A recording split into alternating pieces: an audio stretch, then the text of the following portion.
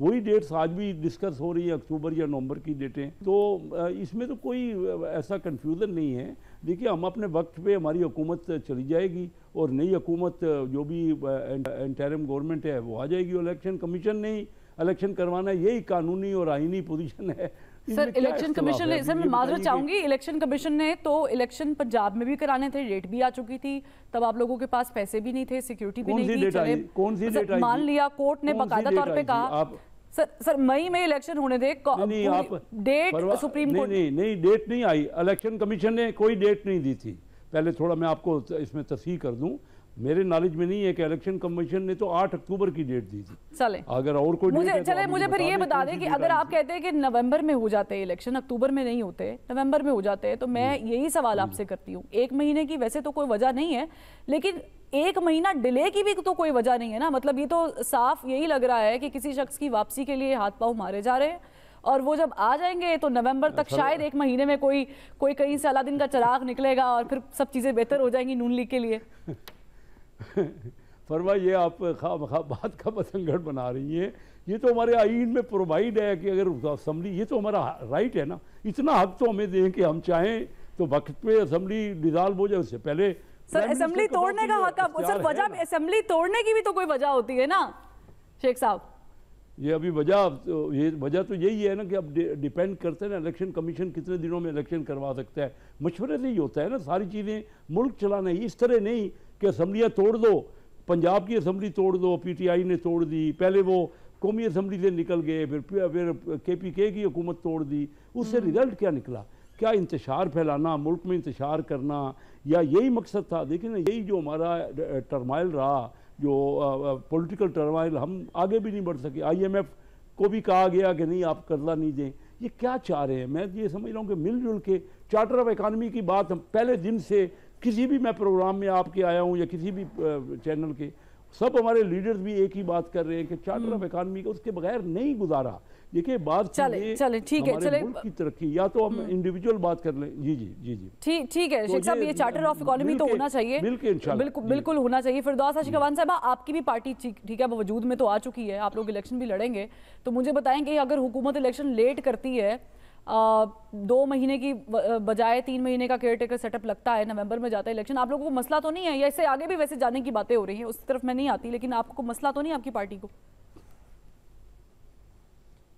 بسم اللہ الرحمن الرحیم. فروا، پہلی بات تو یہ ہے کہ یہ ایک خواہشات میں مبنی، توقعات میں مبنی، امیدوں کے ساتھ جڑا روڈ میپ نہیں ہوتا. جو پاکستان کا آئین ہے وہ ایک الیکٹورل پروسیس کا بیسک فنڈامنٹل پرنسپل طے کرتا ہے، اور اس کے تحت جو بھی سٹنگ گورنمنٹ ہے اس کو اپنی مقررہ مدت میں آٹومیٹیکلی، اگر وہ وقت سے پہلے اپنی اسمبلی ڈیزالو کرتے ہیں تو 90 ڈیز، اگر وہ ٹائم پورا کرتے ہیں تو 60 ڈیز. اس پہ تو کوئی ابہام نہیں ہے. لہٰذا وزیر اعظم اگر یہ بات کرتے ہیں تو کوئی احسان عظیم نہیں کرتے اس قوم پہ کہ جناب انہوں نے کوئی عظیم خوشخبری سنا دی. یہ آئین کی بائنڈنگز ہے، ریسٹرکشن ہے، آبلیگیشن ہے، ہر حال میں اس کو اسی طرح ہونا ہے. ہاں، اس سے یہ فائدہ ضرور ہوا کہ جو ابہام، جو غیر یقینی صورتحال، جو اسمبلیوں کی مدت ایکسٹینڈ کرنے کی جو رام کہانی مارکیٹ میں چل رہی تھی وہ دم توڑ گئی، اور لوگوں کے اندر یہ جو ایک چہمگوئیاں جنم لے رہی تھی کہ یہ شاید اسی پارلیمنٹ سے کوئی آئینی کور لے کے اس اسمبلی کی مدت کو ایکسٹینڈ کریں گے. تو آج وزیر اعظم نے اس کی نفی کر کے جو سیاسی عدم استحکام تھا اور اضطراب تھا اس کو مستحکم بنانے میں ایک اہم رول ادا کیا ہے. میں یہ سمجھتی ہوں کہ یہ امپورٹنٹ سٹیٹمنٹ ہے. ہاں، اس کے ساتھ جڑا اب امپورٹنٹ بیانیہ آگے کیا ہے کہ ہمیں دیکھنا یہ ہے کہ جو جماعت اس وقت صاحب اختیار بھی ہے اور صاحب اقتدار بھی ہے، وہ جماعت جو ہے وہ عوام کے وہ جو توقعات تھیں اور جو عوام کے مسائل تھے، جو مہنگائی کم کرنے کی حال ہے، جو ملک کے جو الٹیمیٹلی چیلنجز ہیں آپ کے بیسے تھے government, they failed to deliver, they failed to perform. اب وہ جو گورننس اور سروس ڈیلیوری کا چیلنج ہے ان کے سامنے کہ یہ جتنے بھی الزامات ایک دوسرے پہ ہم لگاتے رہے ہیں. عوام کو اس سے کوئی دلچسپی نہیں ہے کہ کس کی حکومت تھی, کب تھی, کیا ہوا. لوگ یہ سمجھتے ہیں کہ at the end of the day میرا تیل کس نے نکالا, لیکن فردوس صاحبہ, میں ڈاکٹر صاحب آپ کو تھوڑی جسارت کر رہی ہوں, میں صرف ایڈ کر لوں, آپ کو یہ کامیابی نہیں لگتی حکومت کی؟ آئی ایم ایف آ ہی نہیں رہا تھا, پھر ہم لوگوں نے پلان بی دیکھا حکومت کا, سعودی عرب سے پیسے آنا اسٹیٹ بینک کے اکاؤنٹ میں, یو اے ای سے آنا, یہ ایک خوشائن چیز ہے, کچھ چیزیں اپریشیٹ کرنے والی ہیں گورنمنٹ کی. دیکھیں, میں سب سے پہلے آپ کے پروگرام کے ذریعے اپنے ان برادر مسلم ممالک کا شکریہ ادا کروں گی کہ جنہوں نے ہمیشہ پاکستان سے ایک عقیدت اور محبت کا رشتہ نبھایا. انہیں کبھی حکومتوں سے دلچسپی نہیں ہوئی کہ کس کی حکومت ہے اور کون اقتدار میں اور کون اپوزیشن میں. انہوں نے ہمیشہ پاکستان کے عوام کو مشکل سے نکالنے کے لیے ہمیشہ ہراول دستے کا کردار ادا کیا. تو میں دونوں حکومتوں کی جو لیڈرشپ ہے, یو اے ای اور سعودی عربیہ, میں ان کو خراج تحسین پیش کرتی ہوں. اب آیا آئی ایم ایف اور ہماری کرنٹ گورنمنٹ کا. دیکھیں, حکومت کو ڈیفینیٹلی یہ ایک ایج حاصل ہوا ہے کہ جو پروپیگنڈا پاکستان کے خلاف چل رہا تھا کہ پاکستان کو ڈیفالٹ کی طرف لے جایا جائے گا, کچھ پاکستان مخالفین قوت بین الاقوامی سطح پہ اور کچھ پاکستان کے اندر بیٹھی جو نادان اور نالائق اور نااہل سوچ تھی کہ جو پاکستان کو مشکل میں دیکھنا چاہتی تھی, اس کا بھی قتل عام ہوا ہے. چلے اچھا پوائنٹ ہے کہ چلے جو پاکستان مخالف لوگ تھے یا جو پروپیگنڈا کر رہے تھے ان کے لیے تو خیر یہ منہ توڑ جواب ہے, البتہ ہمیں اسے بہت آگے کی سوچ رکھنی چاہیے. ان کے لیے یہ اچھی خبر نہیں ہے کہ پاکستان جو ہے اپنی پاؤں پہ کھڑا ہوا ہے اور اس کا سہرا قومی سلامتی کے اداروں کو بھی جاتا ہے, بالکل جاتا ہے. Exactly this is what my point is. Chief of army staff نے جو سبز باغ دکھانے کی بجائے قوم کو جو سبز انقلاب کا راستہ دکھایا, وہی پاکستان کے مستقبل کی نوید ہے.